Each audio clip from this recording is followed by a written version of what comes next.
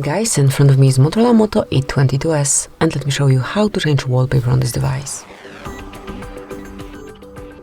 So at first, open the settings, then find and select wallpaper and style, and choose one from the following sources. I will pick wallpapers, then my photos. Obviously you can choose whichever album you only want to apply your wallpaper from, and for example if you want to apply this picture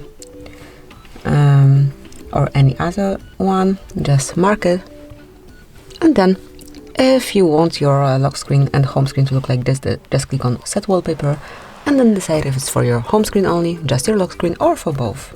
I will choose the third option, and as you can see from now on, this wallpaper is covering both your home and also the lock screen. So this is it, that will be all. Thank you for watching. Please subscribe our channel and leave the thumbs up.